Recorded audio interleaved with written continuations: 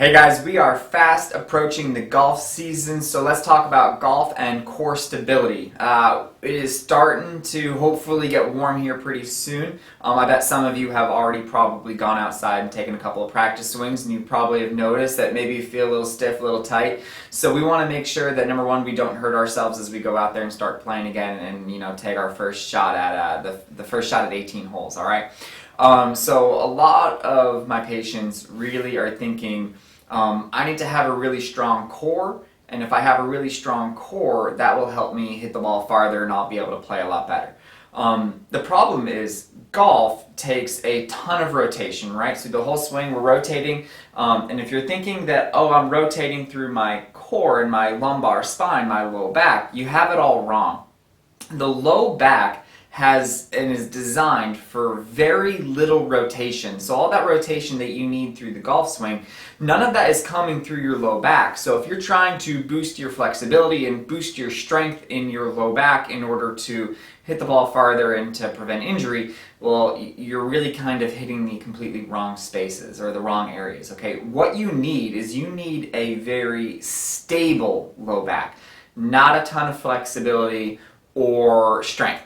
All right, so you actually just want a stable core, meaning very little movement, okay? So I don't care how many sit-ups you can do to have a strong core, all right? What I care about is, can you do like a 60-second plank?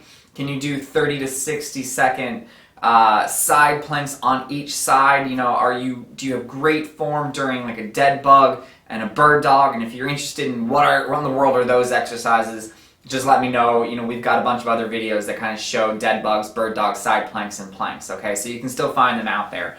But I care a lot more about stability through the lumbar spine and where we need to work on your flexibility and your strength in order to prevent injury and to, have great performance and be able to maybe cut a couple of strokes off your game is you need to work on flexibility and strength through your hips and your upper back. All right, so a lot of the rotation is coming through your hips, and a lot of your rotation is coming through your thoracic spine, which is really kind of maybe a little bit above your belly button through your shoulders, okay? So flexibility and strength through your hips, obviously, stretching the hip flexors, stretching the glutes and the piriformis muscles. Again, we got a couple of really good videos on that one. Look up active Spider-Man stretch, look up our piriformis stretch, which is probably the #1 stretch that we teach here in the office, all to increase your flexibility.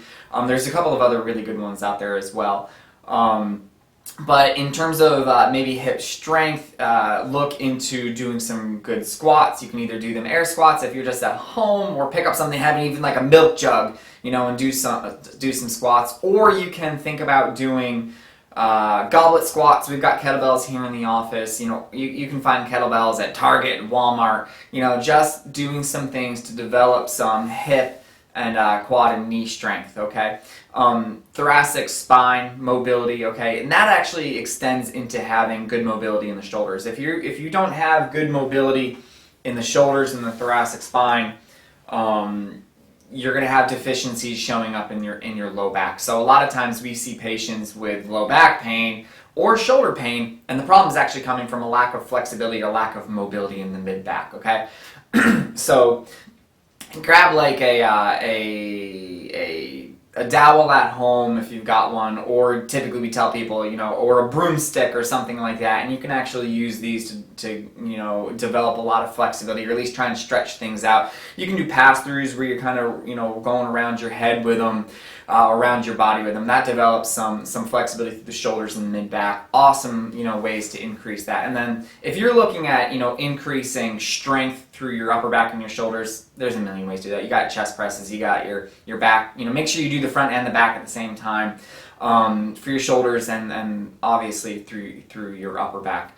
Lats, anything that you need to do to increase some strength through your mid back and through your shoulders. So always remember that if you're trying to increase your golf performance by increasing strength in your low back, you are doing it wrong.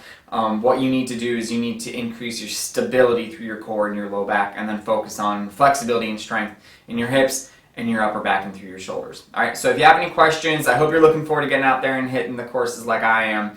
Always remember to live with passion, not pain.